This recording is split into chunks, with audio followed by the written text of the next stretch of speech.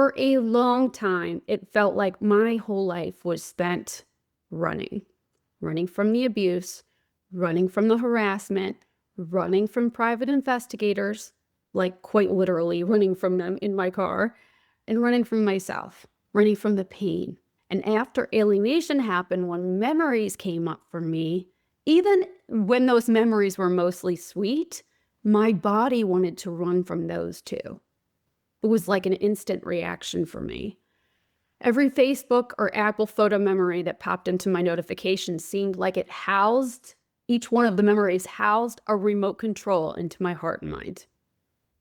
One tap and I was yanked out of my day, out of my body, and dragged back into the before and after of my love story with my child. You know, before the alienation happened and after, at those moments, and then after, now it hurting her. I don't know about you, but I got sick of running. I got even more tired of feeling like other people and also random algorithms were calling the shots in my daily life. So if that's you too, this episode is about something different. Today, we're going to talk about how to start taking your power back with your memories when they come up so that you don't just get swept away. You have a system. You get to choose how close you go, how long you stay, and when you come back, what your entire experience is like. So we're going to use your window of tolerance today as sort of your guide rails, safety rails to do this. Instead of either avoiding everything that reminds you of your child, or, as I said last week, shrinizing, my client gave me the right word for that, enshrining those memories and never touching them, we'll practice visiting memories in small, manageable doses that your nervous system can actually handle. I'll walk you through how to notice when your body's slipping into like your run mode, escape mode.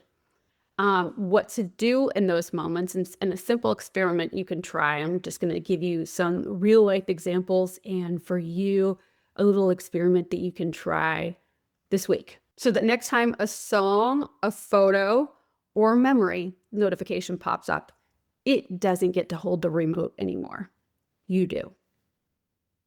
Last week, we talked about how complex trauma and prolonged grief sort of scramble your memory. Some things will go foggy and other things stay razor sharp either way, where you lose track of dates, times, the order of things. And then oftentimes the most traumatic parts of the memory are what stays until you process through. So today, basically, in the continuation of that, today is about what to do with that, how to access memories of your child in a way that your nervous system can actually handle, using your window of tolerance as a safety rail, as your guide. So what I'm saying here is we're not here to rip off any Band-Aids. We're here to work with your body's limits so that you can reconnect with your memories without drowning or wanting to run. Okay? So, window of tolerance, just if you didn't listen to those episodes, the last 2 episodes, is basically, in the most simply put, is the range where your nervous system feels regulated enough so that you can stay present, think, and feel at the same time. So that you are present, regulated, and neutral, if you will. When you are outside of the window, in the hyper, you are feeling panicky, right? Racing thoughts, urge to escape, spiraling, sort of rumination goes on. And then when you're in the hypo, this is when you're freezing, basically. It's when you're numb, spacey, shut down, you don't feel anything, maybe, you're disconnected, disengaged, what does it even matter? That's in the hypo, okay? So anytime that we're going to go intentionally touch emotional memories of our kids, we want to stay in or near the window. Enough activation to feel, but not so much that you flip into survival mode. That's the idea here. And what I would propose is that in the beginning, you want to create a controlled environment to do this. So if you haven't been to therapy, or you're not planning on going to therapy or seeing a coach or whatever, then you want to do this. You can do this on your own. Absolutely. You don't have to do either, see a coach or see a professional if you don't want to. But you it's helpful for you to create a controlled environment, controlled activation and deactivation. So rather than being at the mercy of overwhelming activation or numbing shutdown, pendulation and titration, which we're going to talk about here in a second, teach us how to work with your nervous system's responses. So this means that you decide in a controlled activation. It means intentionally and gradually approaching activated states in a way that builds resilience rather than creating overwhelm. The work is not to be brave and blow past your limits. The work is to honor your limits and expand them in a controlled environment. All right, so we're already at the third segment right now. And I want to talk about, it's basically what I've titled it is why accessing memories matters and why it's so hard.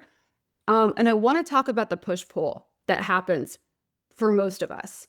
On the avoidance side of things, where you might either keep everything, one of my clients, we were just talking about this with one of her kiddos where she's in contact with two of her kids, but not another one. And so she has, what I did this too, she has taken all of her photos out, of that one child out of her home because for her, she said it was too painful. It reminds her of the loss. It just, it's just too hard. And then for me, it was the same thing. Having things out for a long time, I couldn't do it because each photo, of course, just reminded me that I didn't have her anymore, that she wasn't here, that we weren't making more memories, right? And so I will say that for me, I'm not going to speak for all of y'all or even my client.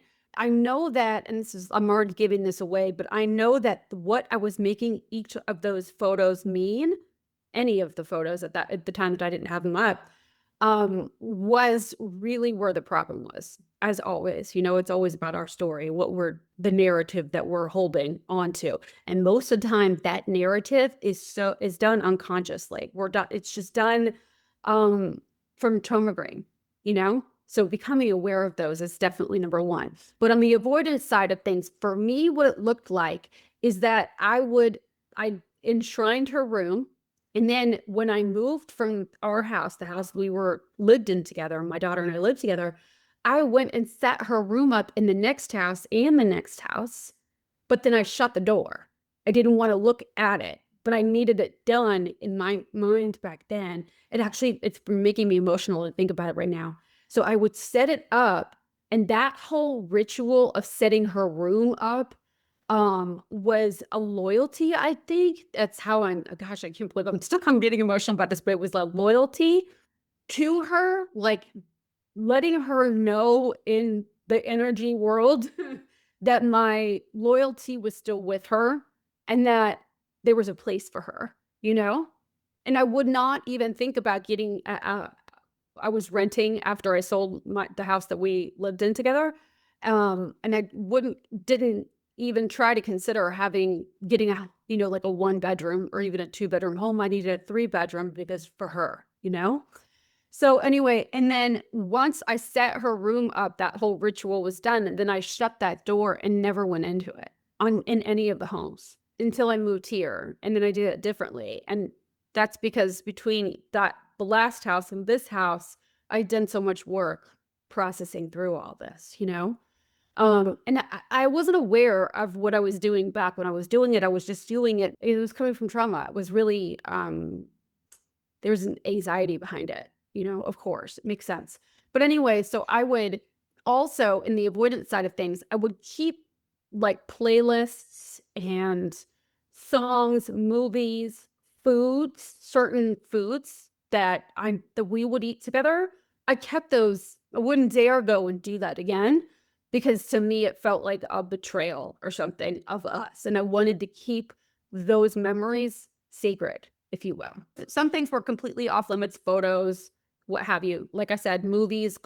We did a lot of classic movies, kids movies, and also like regular movies. We did one a week, just the classics. E.T. I told you my story about that probably a long time ago. I really was kicking myself for ever showing her E.T. I forgot about all the bad parts. But anyway, like Karate Kid, those kinds of things, Soul Surfer, whatever else. I could not even go near trying to watch those movies after she was gone because to me, those movies now represented either pain, too much pain, or they represented a union of, depending on what we were talking about, of her and I didn't want to take that. So they stayed completely off limits so that they stayed sacred, but also untouchable. So it was just a bunch of avoidance that I was doing there. And on the flood side of things, feeling hijacked by songs, also like what I was talking about earlier, the Facebook memories or Apple memories, that popped up on my iPad or what have you.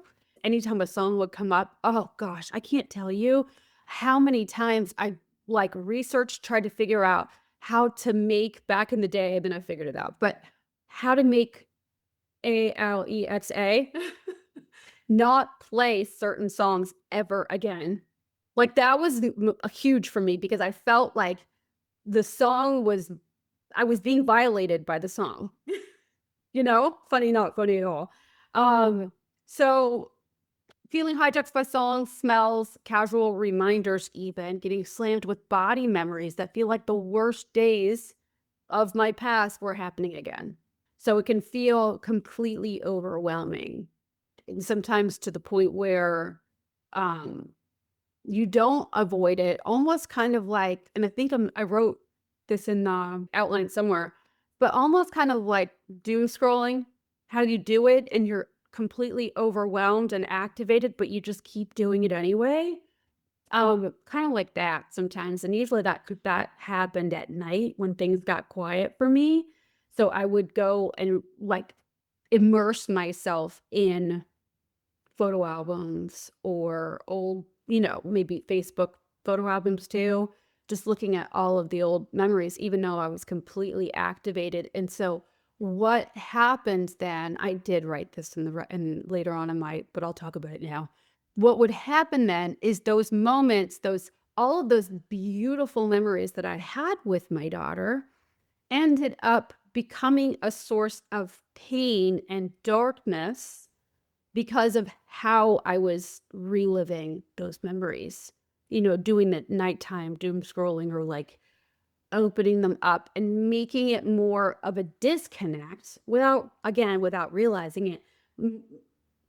Basically, I know I reference this episode all the time, and I think I referenced it just a couple last week or the week before, but mistaking a painful narrative for true connection, that's basically what I was doing back then is I was feeling so much pain every time I would scroll through whatever memories or go through immerse myself in the photo albums, which only activated my nervous system that much more and made it that much more painful for me the next time I went to go visit those photo albums. And then the stories, like last week I was talking about how your stories will sort of change and evolve each time you tell them. And usually in the regulated way, they'll change and evolve for the better, if you will. Like they'll become more neutral over time, your traumatic stories, right? Where the way that I was doing it, and probably many of you, I was re-traumatizing myself each time I went to revisit those memories, photo albums, what have you, songs. You ever just keep listening to a song on repeat that just makes you cry and then you're like sobbing and it's just overwhelming to the point where it's not doing any good for you. But now the pain part that you're feeling, you're not necessarily processing anymore. You're just re-traumatizing, like I'm saying. And that becomes added on to your body memory sort of story. Is the memories that were once good have now become a part of the story of trauma for you. And so it's not helpful at all, Now, I will say that grief is grief and we do what we do, but if and when you become ready to move through, like if you feel like you've been at a stopping point, like at a halt, and you feel kind of stuck, and you know that you have been either doom scrolling or re-traumatizing yourself, then you have the option now to do it in the way that I'm going to explain it to you here in just a few minutes, which will basically have you pick back up into your healing and easing yourself out of the story of pain and into a story of connection and love and really whatever you want it to be. Basically taking your power back. And so instead of having everybody else define your story for you, your ex, your kiddo or kiddos, whoever else has been a player in your situation, instead of them defining it because it all happened on you, now you get to redefine your relationship with your kiddos and keep those memories, or have them return to anyway, that sacred place, but also accessible place for you. So you don't go back into trauma or go back into disconnect from them. Okay. So what I have written here too is that trauma memories, and I think I talked about this last week, but trauma memories often are stored in a decontextualized, more sensory heavy way without context and narrative. They intrude into your safe moments. So the whole point of all of this, as I was talking about, I mentioned in the last portion of last week's episode, the point I want to drive home for you guys today is really working on recontextualizing what those memories have become over however long it's been since alienation began for you. If you don't like where they are right now, or you feel like they're a bit muddied up, a little bit like you're feeling more dirty pain than clean, and you want to, or they're just because they were only stored, those memories were only stored more in your senses, right? In your body. Now let's actually add the meaning to them in the way that feels right for you, you know? Okay, so instead of being at the mercy of those memories, I should have actually looked because I wrote this right here. Instead of only being at the mercy of any of the memories that you have, we're going to practice choosing when and how to visit them in doses that your nervous system can handle. Okay, so and we're now at segment 4. And so the core method here is titration with pendulation. First, we're going to talk about titration. So titration, I can't even say it today, is a chemistry term that refers to gradually adding one substance to another to achieve the desired reaction without causing an explosion. It's just pouring and waiting for the bubbling to stop. Pouring a little bit more and waiting for the bubbling to stop or to simmer, right? And a little bit more as you go. In trauma work, titration basically means working with your experiences in small, manageable pieces rather than trying to process everything at once. Think of it like, well, how I just explained it. It's basically like approaching a painful memory in very small droplets instead of gulping the whole thing at once. Or you can think of it like, instead of trying to inhale your whole plate at once, which is like impossible. Titration instead is taking small bites, chewing those bites completely, swallowing, letting them sit in your stomach, and then you go into the next bite, right? That's basically what titration is. And what it does by using titration, you prevent re-traumatization, like I was just talking about. Working in small doses helps you stay within your window of tolerance or just above or below, you know what I'm saying, just outside of it, preventing you from becoming overwhelmed and potentially creating new trauma, adding new trauma onto these memories of yours. All right. So also what it does is it builds capacity gradually. You're not just trying to, like I said earlier, rip off the Band-Aid.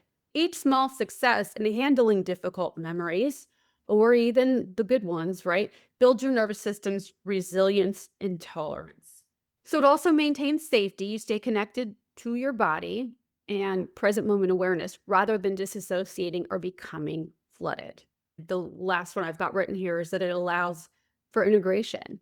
Okay, small pieces of experience can properly be processed and integrated rather than getting stuck or pushed away. That's the thing. When we avoid our memories, right, and everything stays out, not that it's a problem. Like I said, I did it too. You do what you're ready for, but when you are ready, the great thing about starting to move and introduce in titration small pieces is that you're getting your whole healing process moving again at your pace.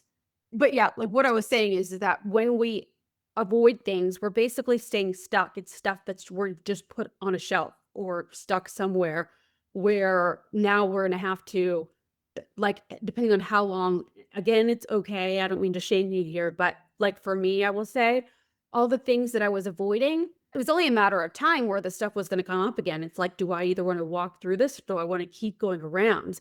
And every time I go around it or push it away or pretend like it's not there, my body still goes into that activation whenever it's introduced to me, which is awful and inconvenient, by the way, because let's say for you guys, each time that you get a Facebook memory that pops up and you're like, oh, it's a source of activation that is not on your terms. But when you introduce the way that I'm going to describe it here, eventually these things, unless you've turned them off, you can actually just turn the notifications off on your phone. But I honestly think that you can use those notifications as a way to reintroduce yourself to memories, again, on your terms.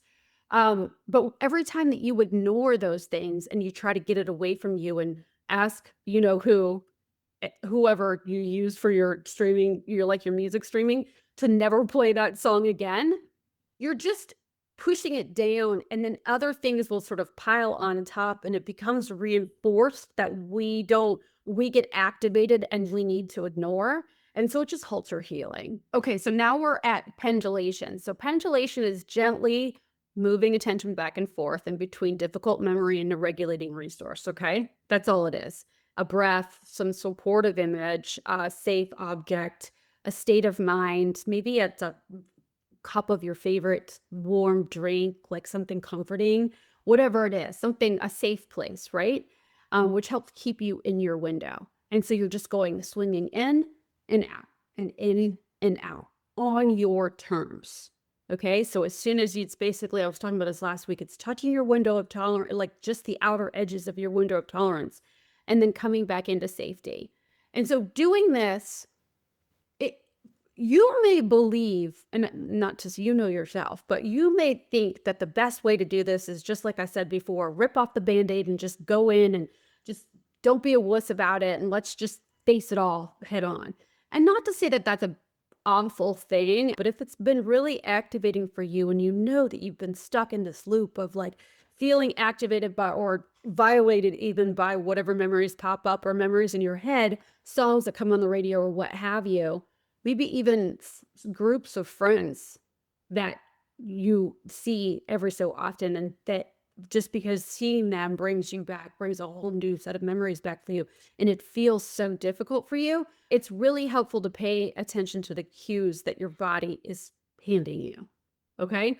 And so the reason I say this is because, like traditional talk therapy, and like, I think, 10, 15 years ago, the idea was just talk about it. And I think I've even said this to you guys like long time ago too, just to keep talking about it. But I actually feel like a lot of times what that does by revisiting it in the same way over and over and over again, it's not getting you anywhere. It keeps you stuck in this trauma loop. So it's the pendulation, titration, these techniques, both of them, help you to pay attention to what's happening inside of you and not just power your way through it mentally, which only keeps you stuck in that trauma loop. Okay. Traditional talk therapy used to do that too. Used to keep people stuck. Pendulation helps you notice and move between different states. So it helps you move from contraction to expansion, noticing when your body tenses up and you feel like maybe heart racing, your muscles are tense, to expansion because now you have allowed yourself to go into safe place again. And then sort of weaving in and out of it in a controlled manner. Also from intensity to neutrality, feeling intense, speeding up in your words, or maybe slowing down, the opposite, but feels intense either way, to a neutral space. And also from activation to calm is what the pendulation can help you do. Feeling entirely activated to feeling okay. This is all going to be okay. Yes, it was painful. It still is painful. I feel it, but it's all going to be okay. And really, truly sending that message to your body, that's what this approach can help you to do. So it doesn't have to keep re-traumatizing you and your body is telling you, no, no, no, that memory, that song, that photo, that movie, whatever it is, cannot do that, or we can only do that when we want to cry, when we want to worship, whatever. It's so extreme on either end. So this way you are basically going in and you're going to touch the memory and then touch safety and then touch the memory again, like dipping your toe into some water instead of being thrown completely into the deep end. All right. So here's where we're at segment 5 already. I'm going to show you what this is like. I'm going to just make an example and then I'm going to give you some other examples, but I want for right now, for you, the way that you can do this is to choose like a medium memory. What I mean by medium is it's not like the absolute worst day in your past. It's not something that totally numb or blank out on. And it's not anything that you have to like run away from. Examples could be like, maybe it's a bedtime routine memory. Just saying that makes me think of my bedtime routine with my daughter. Or a car ride, maybe that you guys were singing a song or listening to a song, however, on the radio. Or a moment from a holiday that is bittersweet but not catastrophic. Okay, so for you, you can choose one of those memories now, if you want, to visit with me. So if 0 is neutral and 10 is unbearable, pick something around between 4 and 6. Not so activating that it's alarm, and not something that's so neutral that it's not going to be impactful for you. So now step 2 is you want to set up your window. And what I mean by that is we're not going to do it for 10 to 15 minutes here, but that's what it's going to look like in your regular everyday. You set a time limit, maybe even set an alarm somewhere, like a nice calming alarm, not like a rah, rah, rah. And also make sure that when you're doing it, it's not right before bed. It's not before court or for a big day at work or anything. I mean, the deal here is the way that we're doing it is not to get you in a full overflow of emotions here. We're just touching it. So the environment that you want to be in, I just want to get you set up. You want to be somewhere private though, still, and physically comfortable, right? With also a low chance of interruption. So you want to do it like, maybe get your favorite cup of, like I was saying earlier, favorite warm drink or whatever, something yummy snack, to sort of signal to your nervous system that things are okay, that our body is at rest. And we're not in the middle of being chased by some scary bear or lion or what have you, things are going to be okay, or police car. And then also you want to provide a resource, like a safe resource. And so what I mean by that's something that just like helps you regulate. A weighted blanket would be helpful, depending on where you are in the world. If you're somewhere really hot, then maybe not, but you know what I'm saying? Maybe just have a breathing pattern or grounding exercise in your mind and ready to go, because you're going to be using that as your regulating tool to come in and out of, okay? A pet, a dog or a cat that you can have next to you, also a great way to regulate yourself. A comforting object, nice music in the background, whatever. And so step 3 is you just basically want to touch this memory in little baby drops. I just want to invite you right now just to call up one sensory detail at a time, not the whole scene. Maybe it's just like the way that the one that always comes to me is just the way that my daughter's hand felt in my hand and what it looked like in my hand, or the way that she would put her hand on just on me, or if I put my hand on her like back, or just hear one line of a song that you used to sing together, picture a doorway that you stood in, whatever it may be, something just small, After each detail, pause and ask on a scale of 0 to 10, where is my body right now? Anything above or 6 or 7, come back. It's outside of your window of tolerance. Just come back and we're going to regulate now. So step 4 is that pendulation into regulation. Okay. So regulation is going to look like, I'm going to just give you 3 easy options. And you guys, I'm giving you this right now, and I'm going to give you a different example in a minute. So just know that. You can orient yourself, right? Like ground yourself in the present, look around the room, name what you see, right? You can just put your feet on the floor and do yoga toes like I talk about, and like widen your toes as wide as they can go, and then grip your toes down into the ground and feel your feet like rooting into the floor. This is, for me, always really helpful. Breathing exercises, of course, slow exhales, slow exhale, focused breathing, right? Exhale always longer than your inhale. Hold for a count in between. So you inhale, hold for a count, exhale longer than your inhale. Or you could do square breathing, box breathing, however you want to call it. Also, you can use a resource image. You can remember a place or a person that feels steady and kind. You can do this too with like imagining a beach, whatever your happy place is. You going to that happy place, feeling that, hearing the waves in your mind, how the water sort of laps onto the sand. Maybe there's seagulls, some birds in the background, just noticing the whole scenery, what time of day it is. Your mind, your nervous system doesn't know any difference between you picturing it and you actually being there.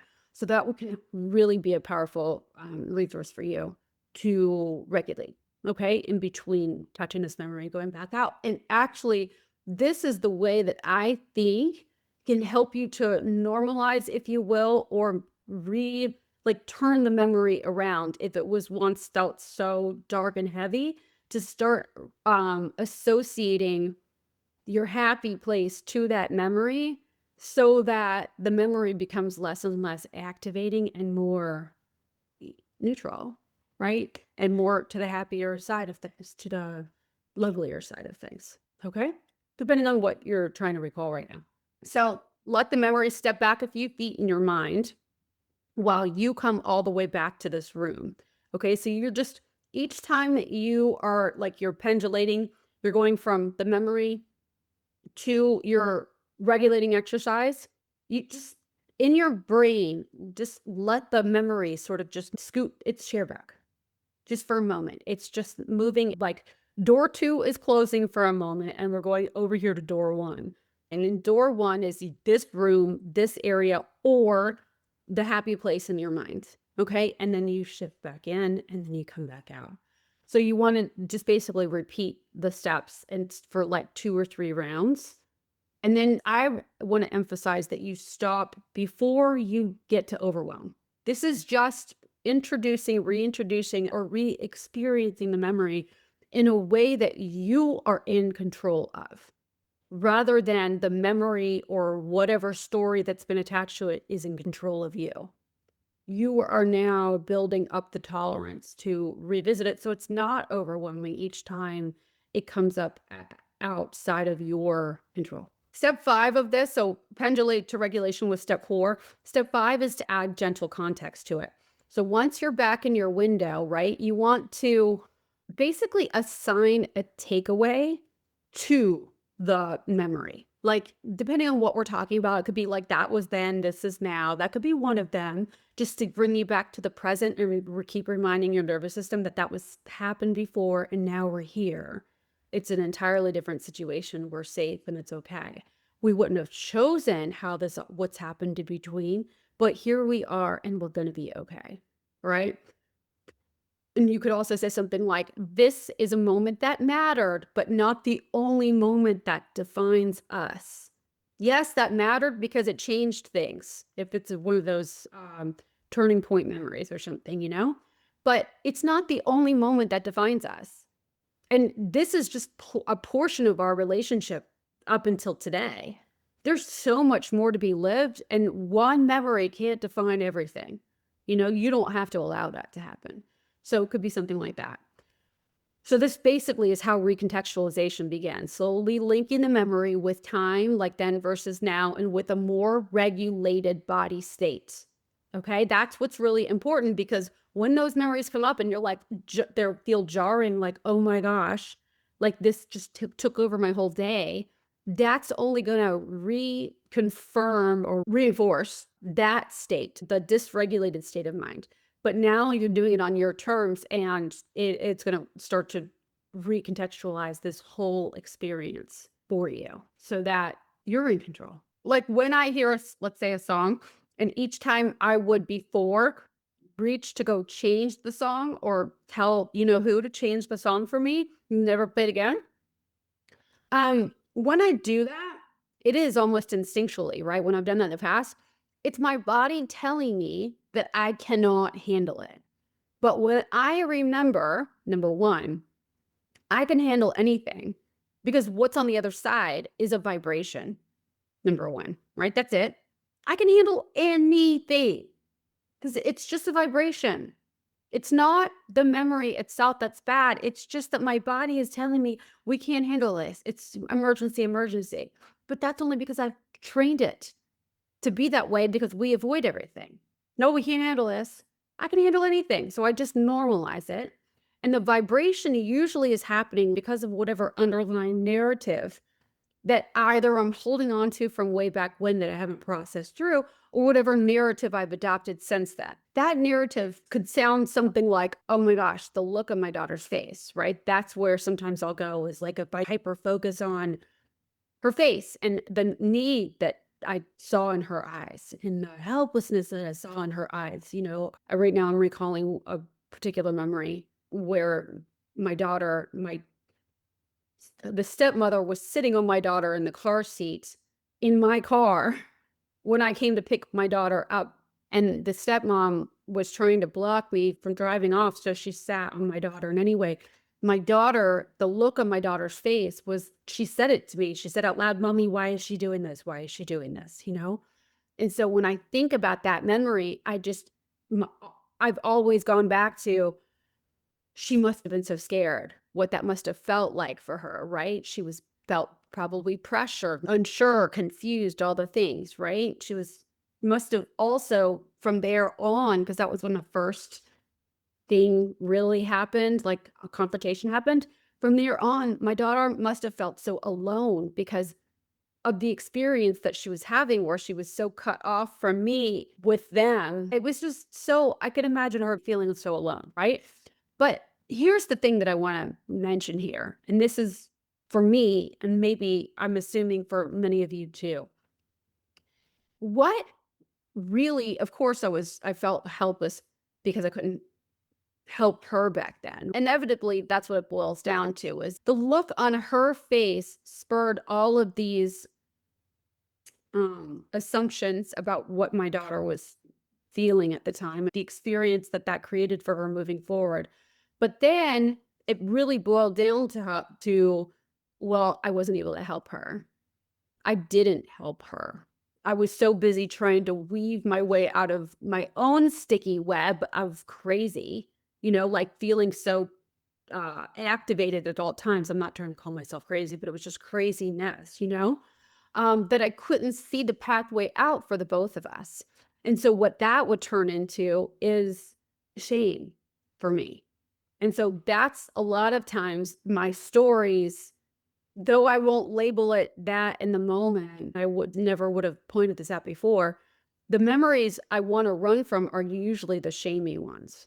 So of course I wanted to shut the memory off or the song off or whatever it was, because I don't want to feel shame. Nobody wants to feel shame, right? And it's actually not so useful. I mean, there's a reason for it. It's part of the human condition, but of course I wanted to push the memory aside and not face it. But all of that, like the memory popping up, me going to, you know, hyper focusing on her face and then bringing it back to what it really meant was that I didn't do enough. I wasn't there for her. It only created more shame. It reinforced this whole shamey pattern and the response that I had to that pattern, right? So anytime a song would come up, that one particular song would come up or a sight or whatever, smell, whatever it was, then I would always shut it down, which would only reinforce that too. So it like piles on shame, shame, shame, shame, shame. And this is a shameful experience altogether. So then it creates more distance between me and my daughter. Do you know what I'm saying? Especially when we're talking about the good memories. But because if you have some good memory, but it's all muddied up by your shamey story that you have on yourself, then you're experiencing more distance with a memory that could actually be bringing you and your mind closer to them, causing you to feel more connected to them.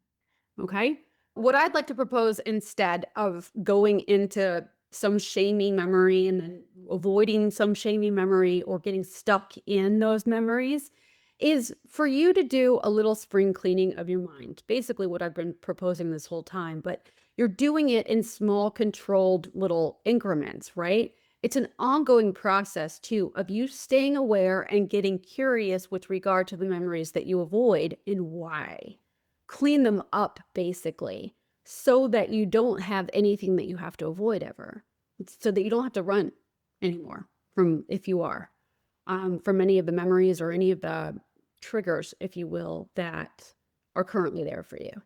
So I'm going to talk about in a few minutes, just so you know, guys, I'm going to talk about working with the sacred memories and stuff like that without overusing them. But right now, I want to give you my version of what I just shared with you. So titration and pendulation could look like recontextualization all in one, can look like if I'm looking at some sort of painful memory or a photo pops up on my iPad or something, I look at the photo now as opposed to completely turn it off, like, and get it away from me, change the scene on my iPad or whatever. I allow the photo to be there. And then I notice the vibrations that are happening inside of me, right? I become the watcher of myself, which takes me out of victim role and having that picture be happening to me. And now I'm watching, observing me on the inside from the outside. Does that make sense? I'm noticing where I feel it, how it feels, if it's got rough edges, if it's spiky, if it's shooting, if it's warm, if it's cold, if it's tight, if it's pulsing, whatever it is. I try to put physicality to it. You know what I'm saying? So I do that, and then I will look back at the photo. I ask myself what I'm summarizing.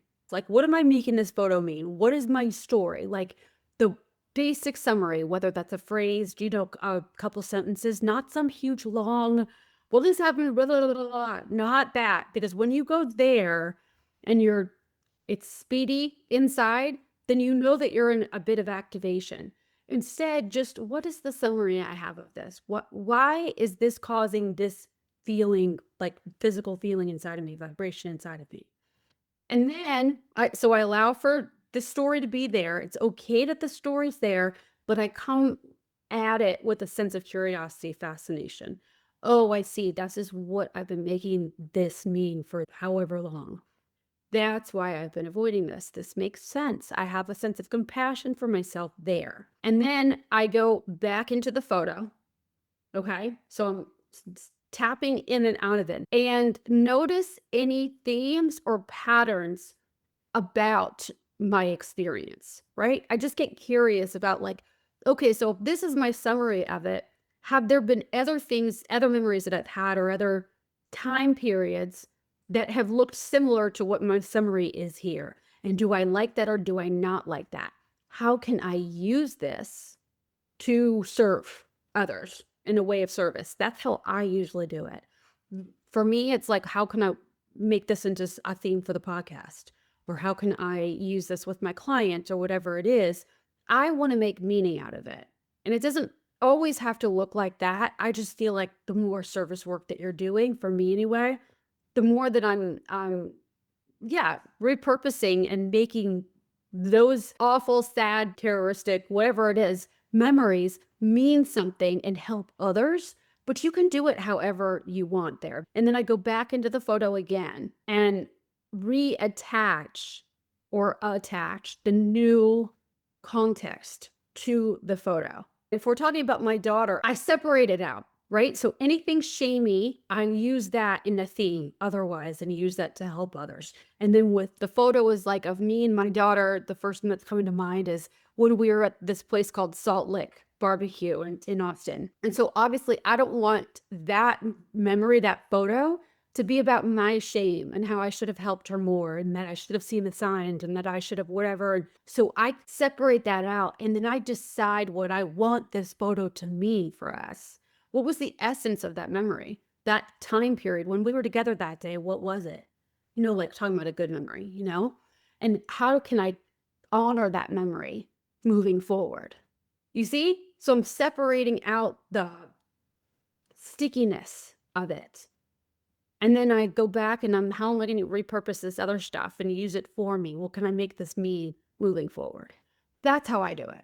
The reason this works is because safety comes first in there, right? I'm returning to the photo after introspection. So I'm going back and forth and I keep returning back to the photo, which reinforces this new pattern of not trying to push it away. Okay. I'm engaging with the memory from a place of increased agency and insight rather than raw reactivity. All right. And then, of course, the other reason this works is because I'm rewriting the story. Like I was talking about at the end of last week's episode. Every time I recall a memory, your brain, me, edits it. By pairing the photo with a sense of purpose and curiosity, you are effectively re-encoding the memory to be less threatening, less shamey, less whatever it is, whatever reason you're avoiding it or dousing yourself in it. So now I'm going to give you a few more examples, different kinds of scenarios. The next one is I wrote this person's name is Amy. Amy's situation is that overnight her kiddo was home with her, and all of a sudden the kiddo wasn't home. Where sometimes it's more gradual, as many of you know. Like this took her completely by surprise. And so she feels overwhelmed with waves of grief that seem to come out of nowhere. And so the titrated approach, instead of trying to feel all the grief at once, the idea is to work with it in small pieces, like I was just kind of saying. Perhaps starting by looking at one photo just for a few seconds, noticing what happens in her body, tightness in her chest, tears, warmth, whatever it is. Working with these sensations in small doses. And then the pendulation with her grief, right, is feeling the waves of sadness arising, pendulating to a memory of feeling loved and supported, where y'all were loving and supporting each other. Maybe your kiddo wasn't supporting, Amy's kiddo wasn't supporting her, but just both feeling loved and supported, held. Returning to the grief for a moment and then back to love is what happens with pendulation, allowing the natural rhythm between loss and connection. Okay? This is huge with us. You guys, here's the thing, is that, as you all know, grief is something that every single person on this planet will go through at some point. Grief is a natural part of our experience here in this world. Now, I know that the kind of grief and experiences that you and I are experiencing, don't feel natural and normal. Because, of course, kids should not be taken away from their loving parents, right? I get you. But what I tell my clients, and what I had to tell myself for a long time until I reorganized how I thought, is that though it may not be normal for most people, it is normal for you and me. And so only go here if you're ready. Like if you're brand new to me and this healing thing, I don't want to force you into taking this view on, because I don't want to re-traumatize you by throwing that at you. I'm not trying to throw my beliefs on you. But if you want to stop feeling so overwhelmed, flooded by these traumatic memories and sufferings, the suffering that you might be feeling right now, like the resistance to what is, then it would be really helpful for you to normalize this as opposed to comparing yourself out to how it should be. You know, grief is normal. However you experience it, I hope that this is comforting for you. It just is. Grief it comes in waves, it's in, out, it's all over the place. You know, it can be. Our experience of alienation, of course we wouldn't have chosen it. Of course it's not, quote unquote, right. What they're doing it's abuse, right? I feel you. And the more that you are in argument with reality, the more suffering that you experience. Trust me, I know firsthand. I argued with it over, round and round and round, and grappled. And I mean, I beat my own self up, bloody, fighting this. And I'm not saying that you don't go advocate for your kid and go to court and do all the things that you need to do to support your kiddo. But right now, you comparing out and saying, yeah, but this isn't normal, isn't going to help you. It's normal for you. And that part, when you attach that, normalize your experience for you and stop comparing your side out, like your situation out from everybody else, then you can actually get down to the other work of processing. Because when you're in resistance, you're not going to be able to process anything because you're fighting it all. And I know this is kind of off subject, but it's kind of also not, because it's the whole point of this is to be able to process memories in a way and recontextualize your memories so that they aren't muddied up, so that you can appreciate and feel connected to your kiddos no matter where they are in the world, whether they're talking with you, to you, or not.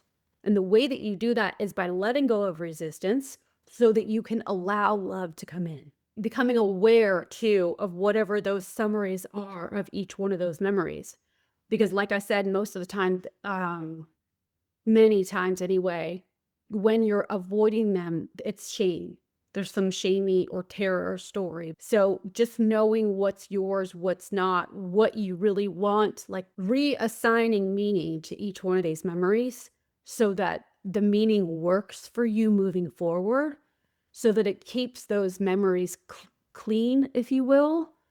And, you preserve them for what they are so that you can feel close, connected with your children when you want. Okay. I'm going through titrated responses and pendulation examples, and I'm doing right now an email from your ex, like, when I said an email from the ex usually is not, no alienated parent would probably label it as good, well, many of us anyway. It's usually activating, right? And many times what happens there is because we're activated, memories will start flooding, and maybe usually aren't of the good kind. They're more like collecting evidence for why they suck, or shamey again too, because they've been berating you in all the emails past. So that's why I think that this matters. Anyway, so an email comes in from your ex. It's a credible email that triggers some sort of shame, anxiety, anger, whatever. So the titrated response is to not read the whole email at once if it feels overwhelming. Don't read it all at once. What I used to do is I learned to scan the email. You can do it this way, or you can just read portions. But I scanned it and got good at pulling out anything that I could use or respond back to or do something about. And that was it. So don't read the whole email at once is number one. You could read one sentence. Notice your body's response, one sentence at a time. How do I feel after reading that? Why? What did I just summarize that to me? Because that's the thing, is so many times we want to assign the shame, the blame, whatever it is that we're feeling about this. It's because he wrote me the email or that she wrote me the email. It's actually not. It's because what you're making each one of the words, sentences mean. So when you can identify that, then you've got your work cut out for you, focusing on you and what you're making their insults, their micromanaging, or whatever mean for you. You get to step into an active role as opposed to being at the effect of this email, right? Or whatever they're saying, threatening, whatever. So read one sentence, notice your body's response. Take a breath, feel your feet on the ground. Read another sentence only when you feel ready. Okay? So it's just in and out and in and out. And what am I making that mean? Why do I have the swirling belly right now? What about the last sentence felt activating? And how do I want to take it? Is this really something to be upset about? Okay, the pendulation for that email is noticing the contraction in your stomach from criticism, from micromanaging. Notice the contraction in your shoulders. Pendulate to feeling supported on the floor or in your chair, or maybe if it's cold out, I keep talking about being cold, then maybe you have a warm jacket on and you're noticing that. Allowing yourself to calm and relax shoulders, taking some deep breaths and signal to your vagus nerve that things are fine, that you're okay, that you're not an emergency. Actually, it's just the thoughts and what you're making that mean. Don't give them the power. Whoever's writing the email. Don't give them the power. Don't hand it over to them. The reason that you're upset, I'm not victim blaming here, is because of how you're summarizing what they wrote. What they wrote, that's about them. It's what you're making it be. And then you want to return back after you come back, you're feeling supported, you can return briefly back to the difficult feeling and then back to support and then in and out and in and out. All right. So the last example I'm going to give you is in relational, right? So if you, whatever relationship you're in, whether that's a significant other or other family member or friendship, whatever, maybe they say something that reminds you of some past hurts, right? Some memories from your past. The titrated approach is to not dive into, especially if this is a significant other, don't dive into all your relationship fears at once. Like, they said this to me and oh my gosh, this blah, blah, blah. And what about this? And what about this? You could do this with your kids too. It's any relationship. A lot of times that's what we do is we'll jump the gun. This is a human thing to do, not just alienated parents, you know? But somebody will say something, or you're talking with your kids, maybe like, depending on how much contact you have with them, they say something that like pushes a button for you. And immediately you want to make that define your whole relationship, you know? Don't try to not dive into all of your fears and what they meant by it. Oh my gosh, they must have meant this, that, whatever. I know they were trying to hurt me. That's what they do. Blah, blah, blah. Don't do that. Instead, just work with the one comment and your reaction to it, your response to it, how you are feeling, like I was describing earlier, how I'm feeling, what am I feeling on the inside? Why is that? Like, really pay attention to that for a couple few minutes, right? However long you have. And then, okay, but what's the story behind that? There always is a story. Sometimes you have to go searching for it, mining for it up in your brain, because it's sometimes done so below the radar, but there's always a story, always.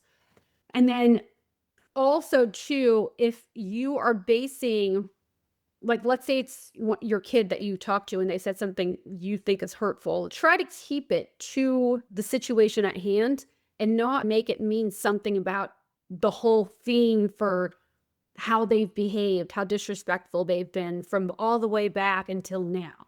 Keep it in the now. Try not to read into it, is what I'm saying. Because when you start to read into it and you bring up all your relationship fears, all of the things that have gone on, this must mean this is a pattern, blah, blah, blah, blah, blah. You're so focused on them and you're in their head that you do what we've all been sort of conditioned to do for so long, is then we ignore what's actually happening with us. And then that halts our processing, and also freezes the trauma, you know, and keeps that the active narrative, as opposed to coming into you and processing in the moment. Okay. So then the pendulation would look like for that situation, feeling the hurt or whatever is arising for you, anger or whatever it is, you know? And then you want to pendulate to remembering times that you have felt safe with whoever has said the offending things or whatever it is, activating things to you, you know? Remember times where things were okay and that you brought yourself to safety, that things are going to be okay because you're the one that's in control of that, not them. All right, no matter who they are. And then you want to return to the current issue with more nervous system capacity. Okay, so basically you want to feel the pain, go back to safety, and then come back to the current issue knowing that you can handle it. This is all fine. No matter how painful it is, no matter how much pain I'm feeling right now, I can still always handle it because all it is a vibration. So all everything is a vibration that I can feel or not feel really inside my body. I decide, depending on the story I tell myself. And when we're talking about trauma, I know that the body does, when we've talked about that in the last couple of weeks, that the body does store those snapshots inside, and they're more somatic. They're just like the way that you feel, like they're hyper-focused. But that's why now, that's what you redefine that for yourself, right? It's okay. The worst that can happen is that I feel an emotion that it vibrates inside my body in a certain way. And then I recognize the story I have attached to it and notice that that story doesn't have to stay. Doesn't have to stay. I don't have to make it so heavy. You know? Allow for heaviness because it's not bad. None of it's bad. But also, I can redefine what this means. Okay. The same thing with when you're having, you could even, let's go meta. You could have overwhelming emotions during you processing a memory, and you can actually titrate the emotions and pendulate in and out of those emotions themselves about the memory. Do you know what I'm saying? So like maybe you have like you're looking or you're thinking about the memory, you're recalling a memory in your mind, and you are all of a sudden hit with this wave of like depression, rage, anxiety, whatever it is for you. And you can actually just focus on that instead of the memory for a hot second, hone in on that emotion so that you normalize that emotion for you. So like titrated engagement would look like, of course, don't try to process everything at once. Work with just the physical sensations first and perhaps explore what triggered this feeling like I've just been talking about. And just handle one piece at a time. Not like, usually when we're in overactivation or hyperactivation, it's like, blah, blah, blah. We want to get it all done. And then there's this and there's that and then there's blah, blah, blah. It's emergency mode, right? So instead, calming your body, doing one bite at a time. All right, I'm feeling this. Where do I feel it? The story comes afterwards. Just let's take care of what's happening here. And then the pendulation is finding one area that feels neutral, calm, pendulate between the intensity and the ease, letting your nervous system find its own rhythm in between. It is sort of a dance that you do. Like, okay, I'm going to go into it. I'm going to feel it. I'm going to dab my toe in it. And I didn't die. I'm okay. I'm not going to die just by feeling this overwhelm, this anger, this whatever it is. What happens, all the big deal is about is this whole story that happens up in our head, because then you go forward to the future or to the back. We want to make it all mean something forever. And it doesn't have to. It doesn't have to mean anything except for this moment right now. And then you can decide moving forward. When we become at the effect of our thoughts and our stories is when everything feels so big, huge, whatever. You're in control. Okay? So working with sacred memories, I'm going to make this pretty quick without overusing or avoiding them. So here's the thing. Of course you want to keep something special and untouched. Of course you do. That instinct is about honoring y'all's bond. So if there's things that you're doing like I did for a while and you enshrined the room, or photo albums or certain things that you just reserve and won't touch, to this day, like I can't eat grapes. I love grapes. They're like my favorite fruit, but I can't eat them anymore because I even bought them. I threw away a whole thing of them yesterday. Because I really want to, but every time I do, my body just rejects them. They're my favorite fruit. And I can't anymore. So I do the closest thing to them now, and I do apples. Because they have a similar sort of taste. I know they're not, anyway, whatever. But I can't. It's just my body has not, I keep trying and I can't. There's other things too. I just can't, anyway. So of course you want to keep certain things special. Another thing I've done, you guys, this is about my pig.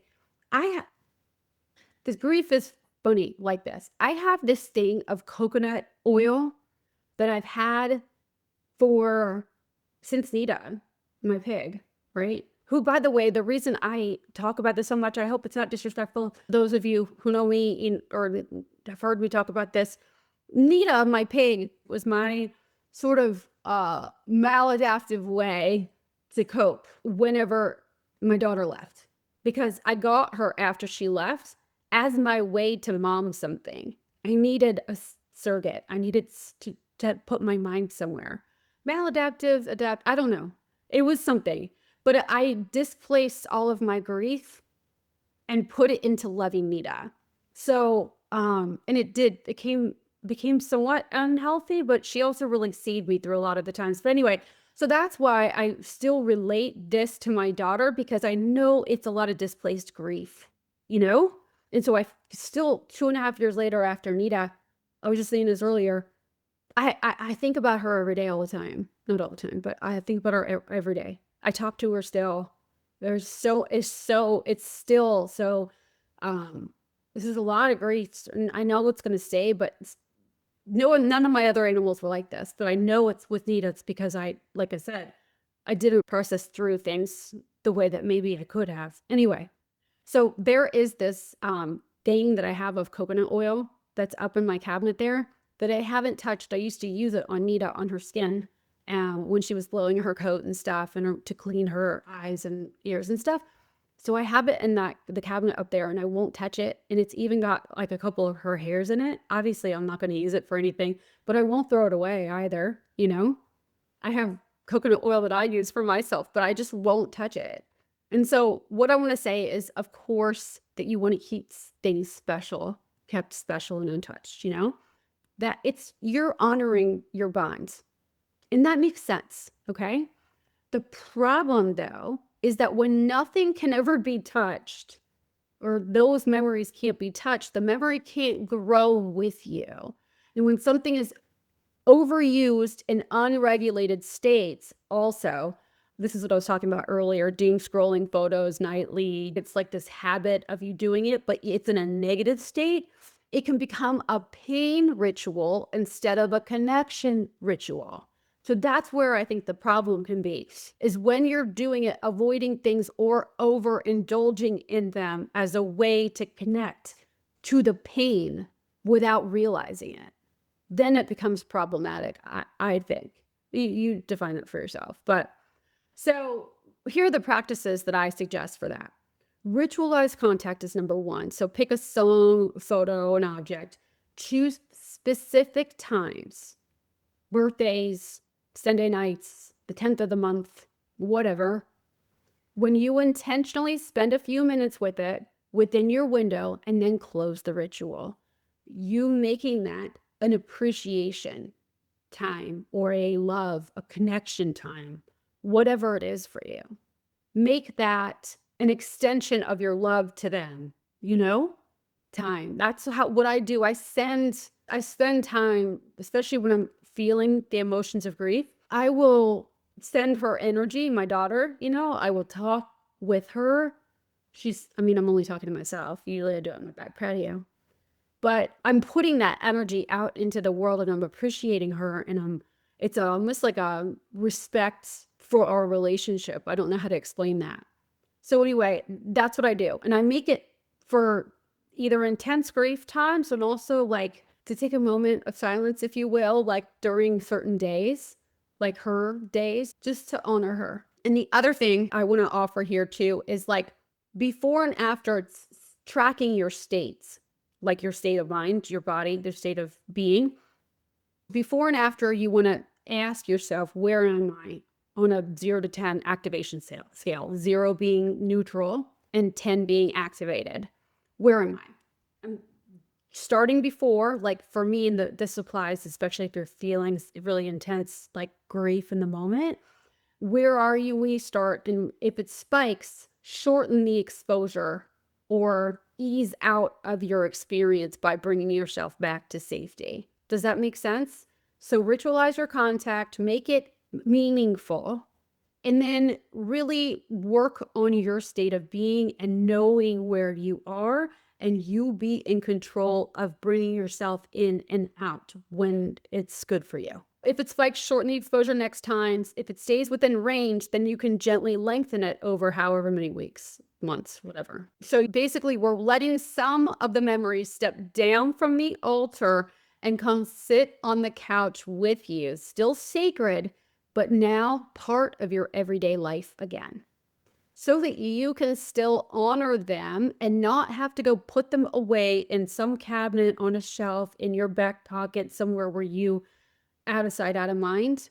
Because that's the thing, is a lot of people think that, a lot of parents will think, well, if I open up the door, Pandora's box, whatever it is, then I'm going to be flooded with all of these emotions, and I'm not going to be functional and what have you. And I'm not saying that, I know that can be true, but it can also be true. I want to help you to create evidence for yourself that it can also be true that you can bring these memories into your world again so that you can create connection, a sense of connection with them, and not be flooded by that stuff too. It really depends. If you're telling yourself you're going to be flooded, you're going to be flooded. But if you allow for something else to be true too, then your brain's going to go to work to find that evidence, to support that evidence for you. You want, basically, I know, because most of you, if you're not in contact with your kids, if they are not speaking to you or whatever, even if they are, but like, I know that you don't want to remain feeling distant from them. Or maybe they're still living in your home, but they're like, it's a little volatile, right? They're not being nice to you. I know that you don't want to feel distance from them or distant from them at all. That's not what you want. That's the whole beef, right? Like, you just want to feel like they love you again and like you guys are connected again. But you can have that emotion, that experience now, even however they're being. What am I thinking of right now? I'm thinking of, like, when there's a movie or a character or something where that it's like a blonde lady. I can't think of who it is right now. That just makes everything be so lovely. Oh, that must mean they love me, as they're yelling at them or whatever. You could really make yourself believe whatever you want as long as it works for you. Kind of like I was talking about last week with the A Knight of Seven Kingdoms, how he took his abusive father figure as being the best guy ever. The best father a guy could have, because it worked for him. And you could do the same thing with your kids. Oh, they just threw something at me because they care about me. And you could actually make that true, because somebody that's that passionate and is so activated about you, with you, in conversation with you or whatever, they obviously don't hate you, because hate is indifference. Basically, it's the same. That's like on the same playing field, right? Love and hate are not the opposites. So them throwing something at you actually shows that they care in some way. There's passion there. You are worthy of them spending the energy. So you could make it mean whatever you want. Okay. So in summary, you want to basically this is like what you do for unexpected triggers that come up for you. Something blindsides you, whether it's a song in a storm, you can't control the music, or whatever it is. 3 steps. Name the story.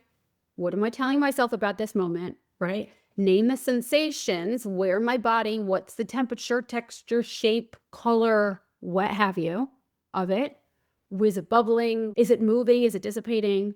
And then take 3 slow, long exhales while keeping a hand on the body area that feels the most intense. So I immediately go to my chest, because that's usually where I feel it, or my belly, or you could do both, right? No matter where you are.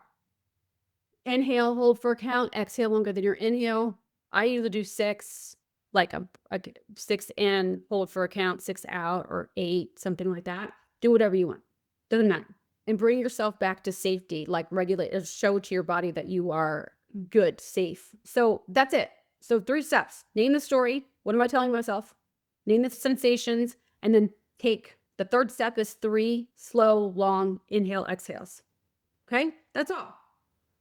This isn't about loving your child less, or like neutralizing the situation, which lessens your loyalty in some weird way in our minds. That's how I used to be. Like, I can't normalize this because this isn't normal, but it is normal for y'all. Here we are.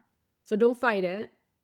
Instead, just allow it to be what it is, so that the resistance is a non-issue anymore. So it's not about loving your child less. It's about helping your body stay close enough to your window that you can feel love and stay present. That's the problem with all of this, is that we like the activation, some memory comes up for us and we want to run from it, which then we like shut down love and run away. So it's signaling to your body more distance, more disconnect, more isolation, all the things.